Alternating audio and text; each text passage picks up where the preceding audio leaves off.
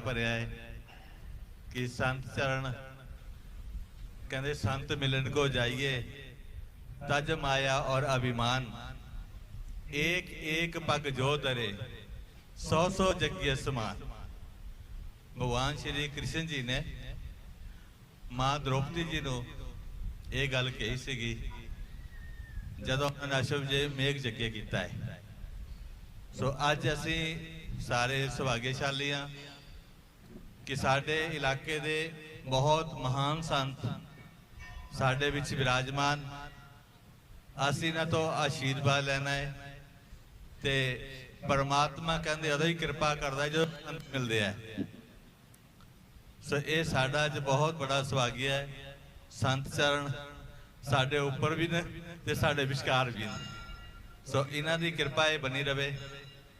सो परम पूजनीय अर्चनीय बंदनीय प्रातः स्मरणीय संन्यास मंडल दे मेरे बड़े भरान परंतु संन्यास मंडल दे प्रधान दुआबा मंडल संन्यास परम श्रद्धे महंत श्री महेशपुरी महाराज जी के इत्थे आते हुए महाराज जी आप जी का कोटि कोटि प्रणाम और बहुत बहुत धन्यवाद करता हाँ कि तुसी सानू अजे दर्शन दिते है ते ये कृपा सदा ही बनाए रखनी महंत श्री महेशपुरी महाराज जी कि आप जी अपने मुखार बिन तो सानू थोड़ा आशीर्वाद दीजिए महाराज जी।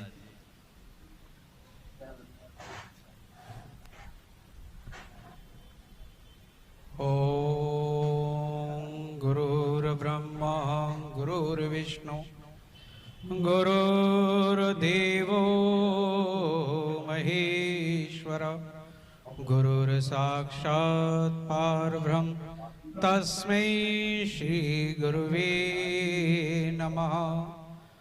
ओम सर्वमंगल मांगल्ये शिवे सर्वार्थ साधिके शरणे त्र्यंबके गौरी नारायणी नमोस्तुते नारायणी नमोस्तुते। प्रातः स्मरणीय वंदनीय पूजनीय घट घट के वासी निराकार स्वरूप मेरे हृदय सम्राट मेरे सतगुरुदेव के श्री चरणों में कोटि सौ कोटि दंडवत प्रणाम और माँ कामाक्षी के पीठाधीश्वर हम सब के सरताज और बड़े ही दयालु बड़े ही कृपालु प्रातः स्मरणीय वंदनीय पूजनीय महंत श्री जी के चरणों में दंडवत कोटि कोटि प्रणाम और मंच पर विराजित श्रीमद् भगवत पुराण और मंच पर ही गद्दी पर विराजित श्री व्यास जी को भी बारंबार नमन और इस गुरु दरबार में आए हुए सभी संत महंतों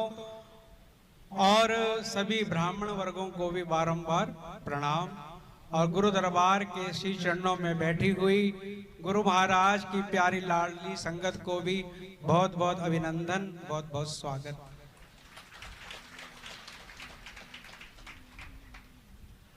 स्वास्थ्य ठीक नहीं था पर महाराज जी का प्रेम खींच के लेके आया है क्योंकि महाराज जी जिससे भी प्रेम करते हैं दिल से करते हैं और दिल से किया हुआ प्रमाण ही परमात्मा से मिलाता है। जैसे महाराज जी ने अपने मुखारविंद से कहा कि संत मिलन को जाइए तज माया अभिमान जो जो पग आगे धरे कोटिन यज्ञ समान। ये सारा बल जो है यह सारा आशीर्वाद महाराज श्री का है और इस नगर का जिसके ऊपर महाराज श्री ने नवकुंडीय माँ बगलामुखी जी का यज्ञ का आयोजन किया हुआ है और आप सभी की रचना को पवित्र करने के लिए श्रीमद् भागवत कथा का निर्माण किया हुआ है। कहते कथा से हमें दो शिक्षा मिलती हैं, एक का उद्धार हो चुका है, एक का उद्धार होने वाला है। गोकर्ण का उद्धार हो चुका है और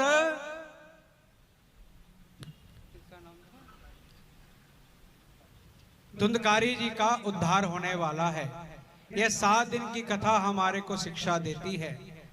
जैसे एक छोटा सा बालक बार बार प्रार्थना करता है अपने गुरुदेव से कि गुरुदेव मुझसे जाने में अनजाने में कौन सा ऐसा पाप हो गया जो कि आपने मुझे अपने चरणों से दूर रखा।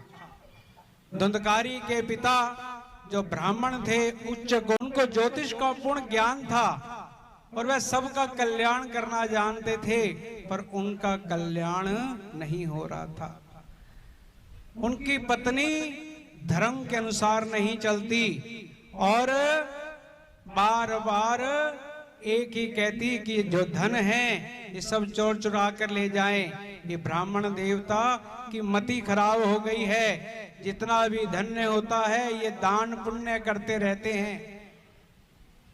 और देखिए प्रभु की कैसी लीला कि उनके यहाँ पर संतान नहीं है। एक ही कर्म उनकी जिंदगी में ऐसा था कि उनके यहाँ संतान का सुख नहीं है। एक दिन दुखी होकर वह जंगल की ओर चल दिए और रोते जा रहे हैं कि मैं भी तेरे बाग दा एक फुल मेरे माल का, मैं भी तेरे बाग दा, मैं भी तेरे बाग दा एक फुल मेरे माल का।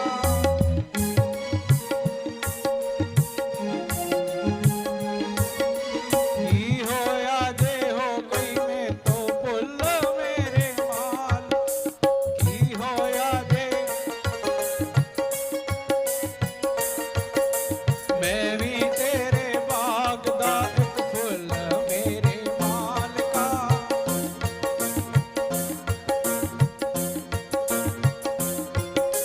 की होया जे हो गई मैं तो फुल मेरे माल का।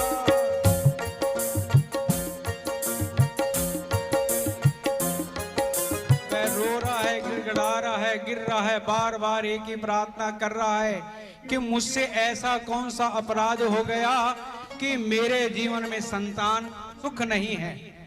हे मेरे पिता परमेश्वर, मेरी झोली में भी अपने सुखों की खान भर दो, मेरे यहाँ भी सुख नहीं है।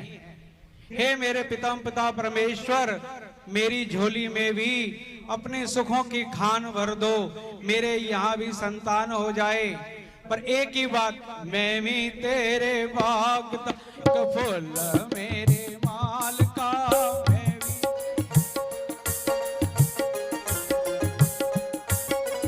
मैं भी तेरे बाग का एक फूल मेरे माल का।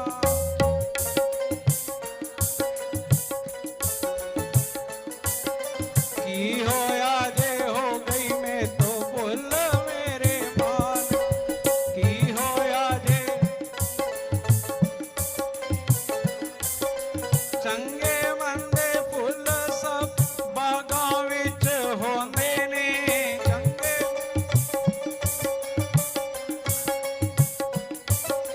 चंगे मंदे फुल सब बागां विच होंदे ने।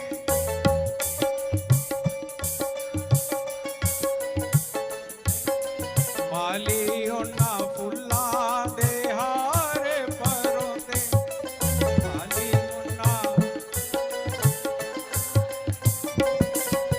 फिर पै जांदा ओंदा मुੱਲ मेरे माल का।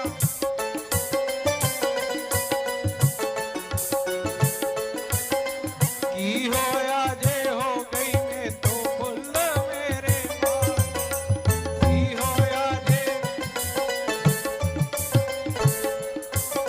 बार बार यही फरियाद कर रहा है कि हे मेरे मालिक, मुझसे कौन सा ऐसा अपराध हो गया, मैंने कौन सा ऐसा नीच कर्म किया जिसके द्वारा मेरे यहाँ पे संतान का सुख नहीं है।